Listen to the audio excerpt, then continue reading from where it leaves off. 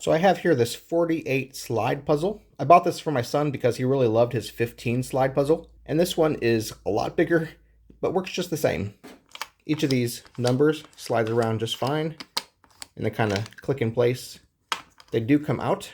They have a nice magnet embedded in there, and there's a magnet in each of these spots too, and that's what kind of lets it click in place. It's not an extremely difficult puzzle if you've done this kind of thing before.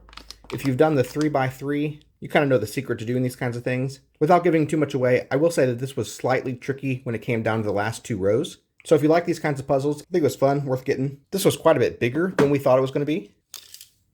It is over 9.5 inches wide and a little over 11 inches tall, and is about 3/4 of an inch thick. Each of these little squares is about 1 1/8 inches squared. Because each of these has magnets on them, you can actually turn it upside down and the pieces will not fall out. Although if you were to bang it on the table, certainly they would fall out.